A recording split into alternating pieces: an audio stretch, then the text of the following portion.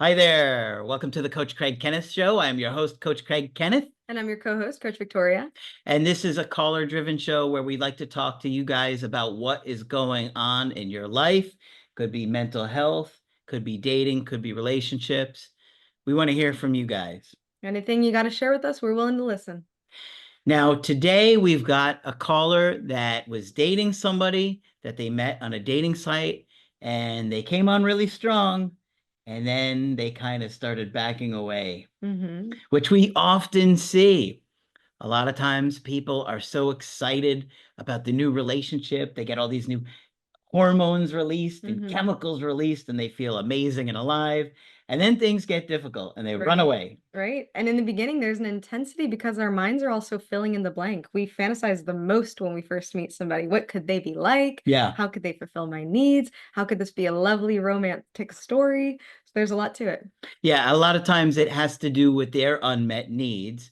And so it's easy to project. But once they get to know you, they see that certain puzzle pieces don't fit the same way, or they have to make more effort than they realized they were going to. So we got Flipper on the line today, and he's in his early 20s, and he was dating a guy that he met in, was it spring? Yeah. Is that right, Flipper? Yes, in the spring. All right. And you guys are right around the same age, correct? Yes. So tell us a little bit about the story and what's going on. So yeah, I mean, essentially, we met on a gay dating app, and initially I saw that his profile like implied that he wanted more than a hookup, like something deeper. And then That's how they get you.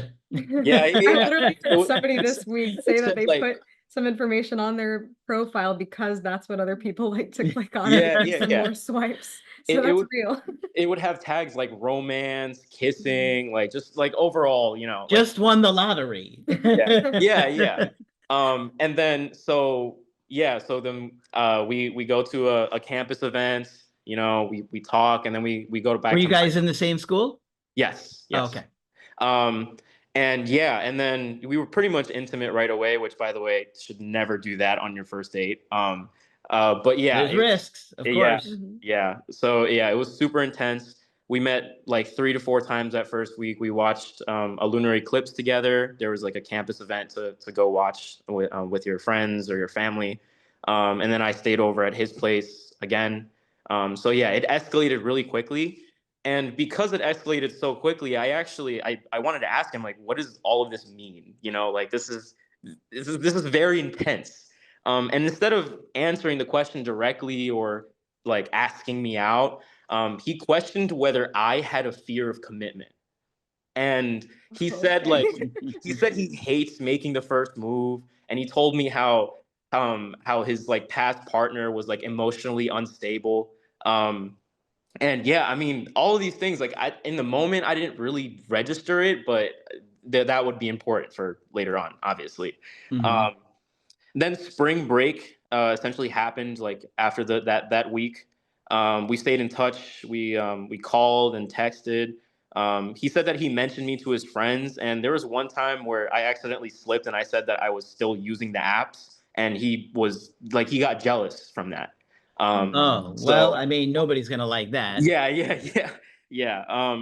So did he feel like you were being sneaky then, or dishonest? I mean, he didn't. He kind of let it go. Like it wasn't like it wasn't like he was like trying to pry into it.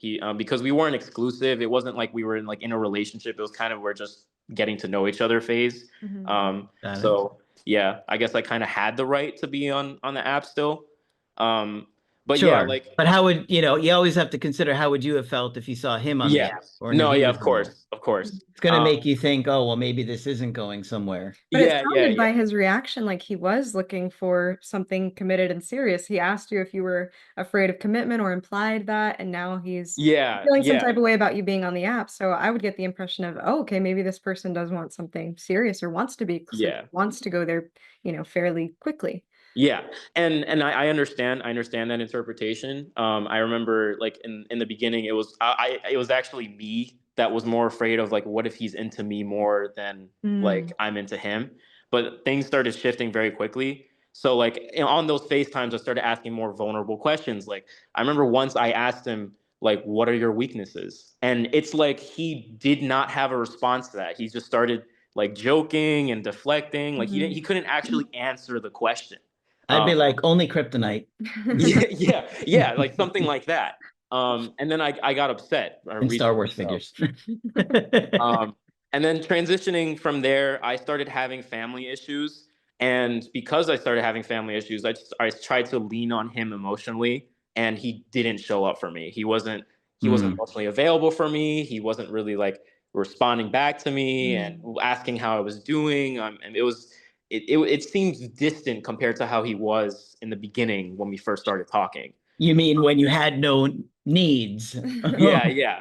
And he didn't have to do anything to make you happy. But I see what you're saying. It's all these implications about commitment from his end. And then once you actually have to rely on him for something or want to take the conversation even a little bit deeper. I heard you were frustrated about asking him about his weaknesses and him not responding because you wanted to know even some of those more uncomfortable things about each other, which is part of getting to know someone, is being vulnerable with each other. And then so this is another like thing that's gonna ring a bell. When I returned to campus after break, he got sick, and I offered. I mean, I didn't even offer actually. I said that I'm gonna go over to your place and take care of you, which again, not a great way to phrase that. I should have offered it. And he told me that I needed to slow down. He accused me of having attachment issues, and he said that he didn't reciprocate my feelings and he doesn't think he was emotionally available for a relationship.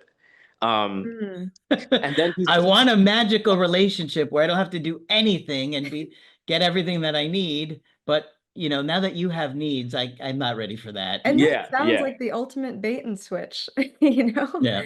When somebody likes us, we should call him Flipper. Yeah, right.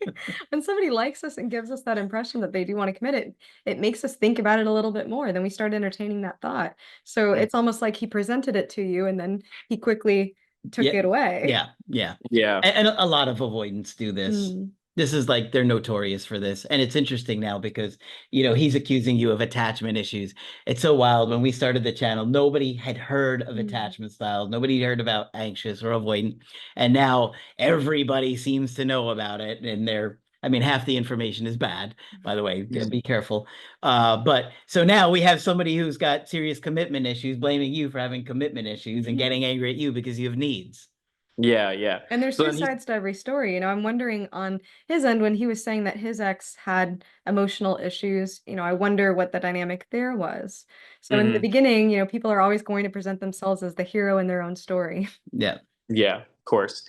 And then basically after this, he started canceling plans last minute. And then he told me that, well, that's rude. Yeah. And then he told me that I was more invested than he was, and that he wasn't ready or prepared for my emotional openness. Like he couldn't give that back to me, essentially. Which is ironic because he set you up to believe that's what he wanted. And that's what makes some of these avoidants so difficult, is that you start to think that, oh, wow, they really do want this wonderful, meaningful thing that we're going to have to work through together. And then the minute these pressures get put on them, they run away. It's like, it's so frustrating. And it just, it kind of breaks your heart because you start to care about that person, believing they're not going to run away. Yeah, of course. So then, after this, he said that like a part of it was him, and that like it's due to his vanity, and that he said that making people laugh is really important to him for personal reasons. That's exactly how he said it in the message. So yeah, again, that could just be tell him to do an open mic night. We'll find out how funny he is. He won't be laughing then, I can promise you that, and nobody else will be either. I've hosted comedy for 23 years. Watch bomb. But why did he say that? Was he saying that he didn't feel like the humor was there, or did he feel like he was more of a jokey person and not a serious person? I think it's because I remember when I got upset, when I was trying to be vulnerable, I told him like, hey, listen, like you're a funny guy, I enjoy your humor, but I feel like there's a time and a place to also be more serious and open up a little bit more, you know? Oh yeah. And I Mhm. think that was the reason why he Mm, said that like being funny is like important to him, like making people laugh is important. yeah. Plus, Um, I think he likes the attention. Well, and it's yes, also a really great deflection. yeah, True. Take it he as did somebody say who that. uses it all the time. Yeah, yeah. But yeah, then he started using like identity shields, like calling himself like hetero romantic, and that he never actually developed romantic feelings for me. Mm. And what's interesting is that when I spoke to him in person after this, like his answer changed. He was like, it's like he saw me in person. He was like, "Oh no, actually, I think I did have romantic feelings, like at least when it started." But over Mm. text, it was very easy for him to just say I didn't have any romantic feelings. Now, Um, I want to ask because I think this part is important, but is he out? I know I sometimes had people. I don't even know. I'm gonna be completely honest. I wasn't able to get deep enough with him to know that. Mm. That But obviously plays a huge part. Yeah, because yeah, there's like there's still a lot of stigma, there's still a lot of shame. People can behave in ways where they're trying to hide part of their persona or trying to understand more because, they haven't had that community or that acceptance with themselves or, from others. So yep, I wonder if that also plays a part. Sure. yep. Absolutely could be a big part of it. And now getting to the next part, the end of this, and then going into the first no contact period that we had. So basically, at the end of this, I asked him like, what exactly do you want from this? And he said he was torn between two options. Basically, me and him going our separate ways because it was easy. It's easier to do that. But also he was thinking about maybe he didn't want to feel lonely. So there was kind of like between those two options is where his head was at Yeah. in that conversation. So Mm. then after that, I was like, like I feel like we're more mature now. We're not in high school. Like we should be able to repair something like this. And I remember offering to hang out with him, and he was giving me more vague responses. So I just went no contact. He actually texted me a week later after I didn't text him at all. Like there was an obvious pause. And he asked me like he said that he hoped my family was doing better. Like the situation had gotten better. So that was interesting because he did not mention anything about that beforehand.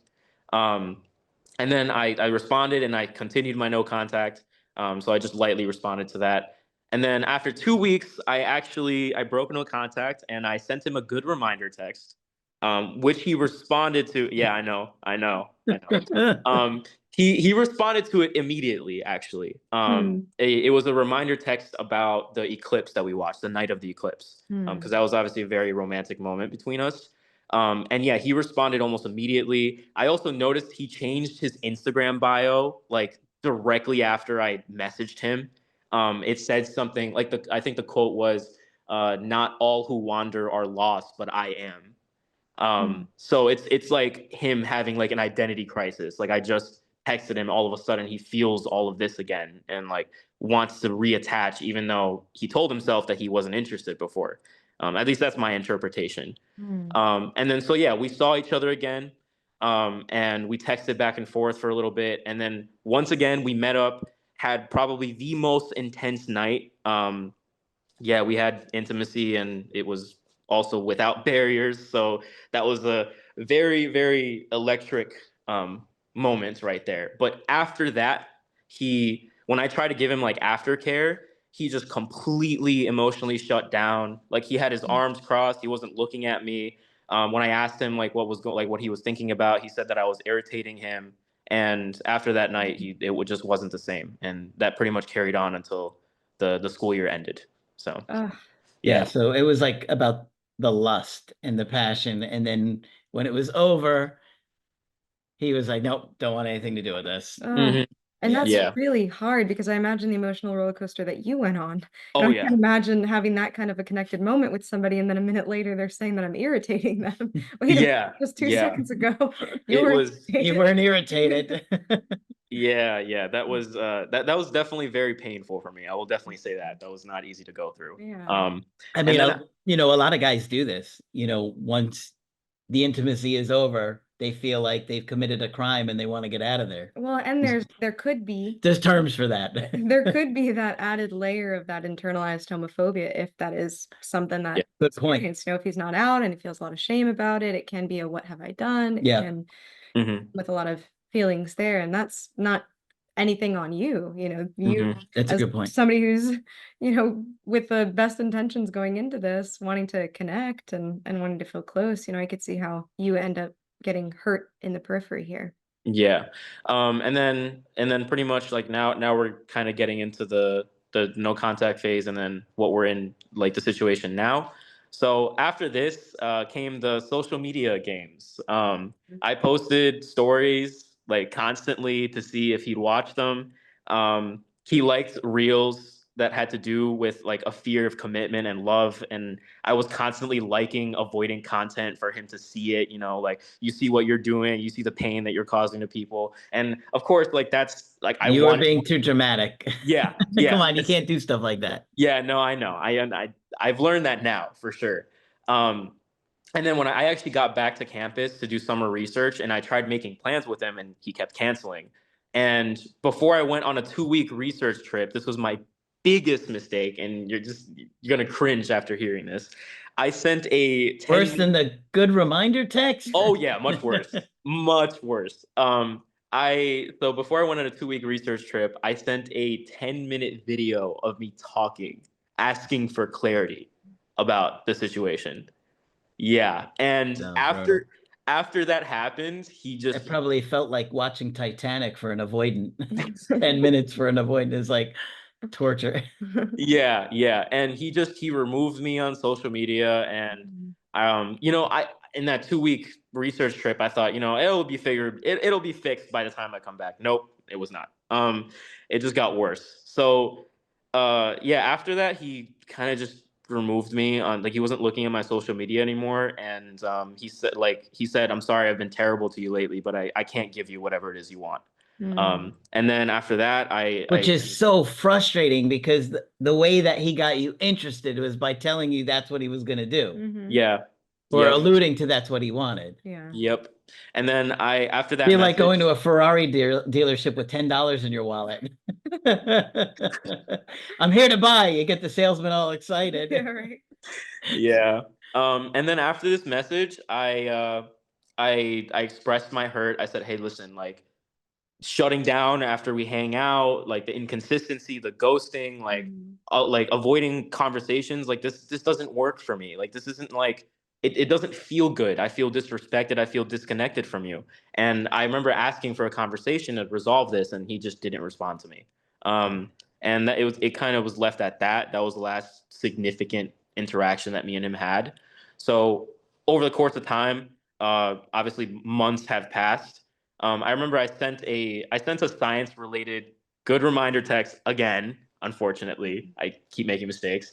On his like research findings, and I sent that about like the beginning of last month. He didn't respond, and then I sent an apology 2 weeks later, about like my behavior. It wasn't a super long text. I stopped sending super long texts, but it was just acknowledging how I understand me being overly open and kind can come across as manipulative, and it didn't seem genuine. Like it more so seemed like I was trying to alleviate my discomfort through asking him to do something for me, or like maybe guilting him into reciprocating.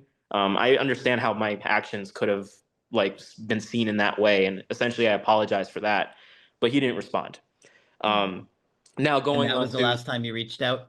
that was the last time I reached out, which was How long ago was that? it was a month and a week ago, like 6 weeks ago. And I could Um, see him viewing those things and as an extension of, you having those emotional needs. If during your situationship, he wasn't willing to be reliable or be of emotional support when you were going through family things or wanted to have deeper conversation, it doesn't surprise me that now after the breakup, he'd be unwilling to give you clarity. Sure. He'd be like non-compassionate about the breakup and He kind of wasn't- pushing you away. Yeah, he wasn't compassionate while you were Yeah. together, let alone now when he's like, wait, I told you I was done. And it's hard because, when we're that close with somebody, you would think that the least that they could do is to at least end things in an amicable way or in a clear way or have some compassion. We know that's not always the case, especially with somebody who's an avoidant. Yeah. yeah. And then basically fast forward to this month. These are pretty much going to be my final points. And obviously we can add to it. But recently at the start of this month, and this is what I think I mentioned this in the email that I sent. He became active on the dating apps again, like very like active, like very very active on it, on the same dating app that me and him met. Um, and I noticed like he repeatedly hides my profile like at each and every time. Like basically you can hide a profile, but there's like an offset time where the profile would just appear again after a certain amount of time. And Got literally it. every single time he just keeps clicking on my profile and hiding my profile. Got it. And again, I think that signals some sort of discomfort, because if someone was really indifferent, they wouldn't really care. They wouldn't like it must obviously bring something up in him to see that.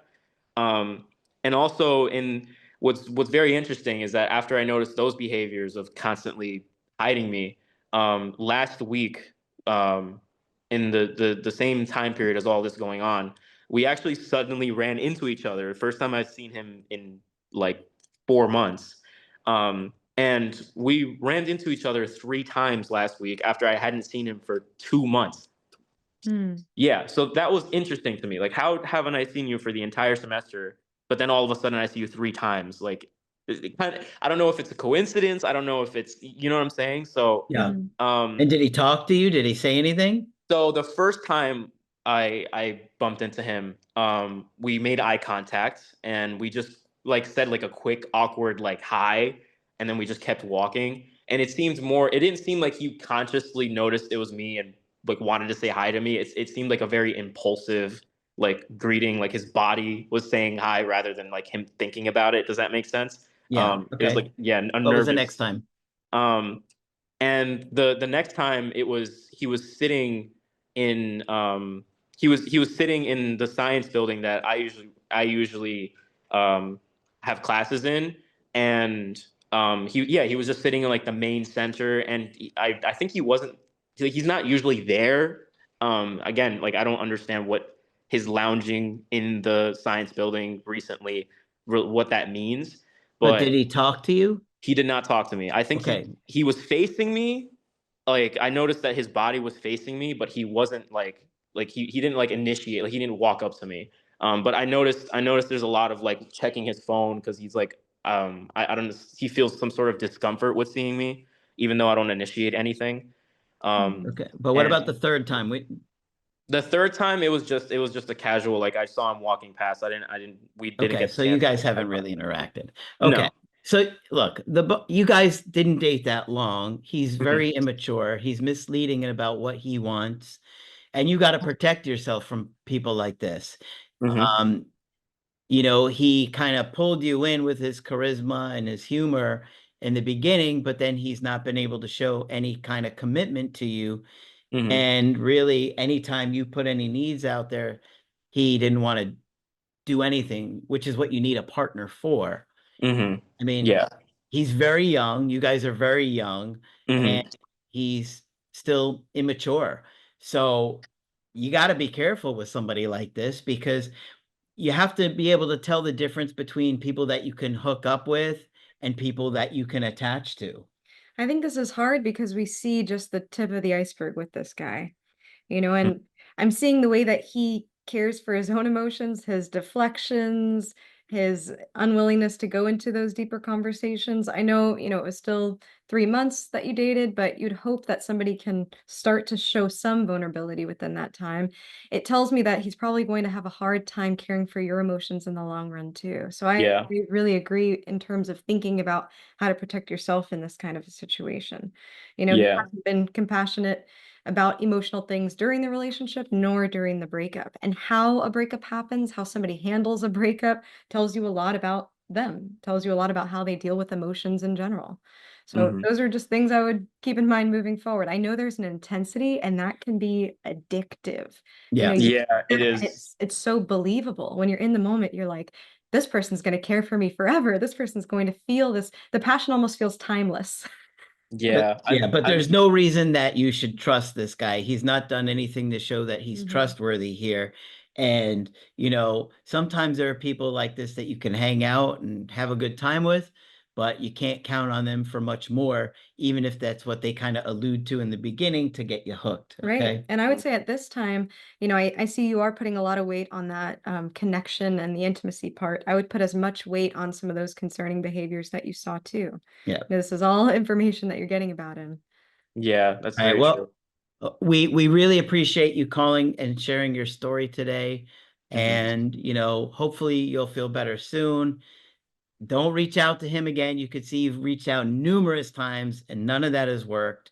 So Yeah. he has to come back on his own if this is going to turn around. And what I also Yeah. think is this has also revealed something about you. In the beginning, you were thinking, oh, this guy's coming on strong too. I don't know if I want something like this or not. So I think Mhm. it's also made what you want and your desires for a relationship clearer. So if we were to Yeah. step back and see, okay, well, what have we gained from this entire experience? I hope that even if you haven't gotten clarity from him, you've been able to have more clarity within yourself about your own direction. Yeah. Well, And thank you for calling the show today. We really appreciate it. yeah, thank you. Thank you so much.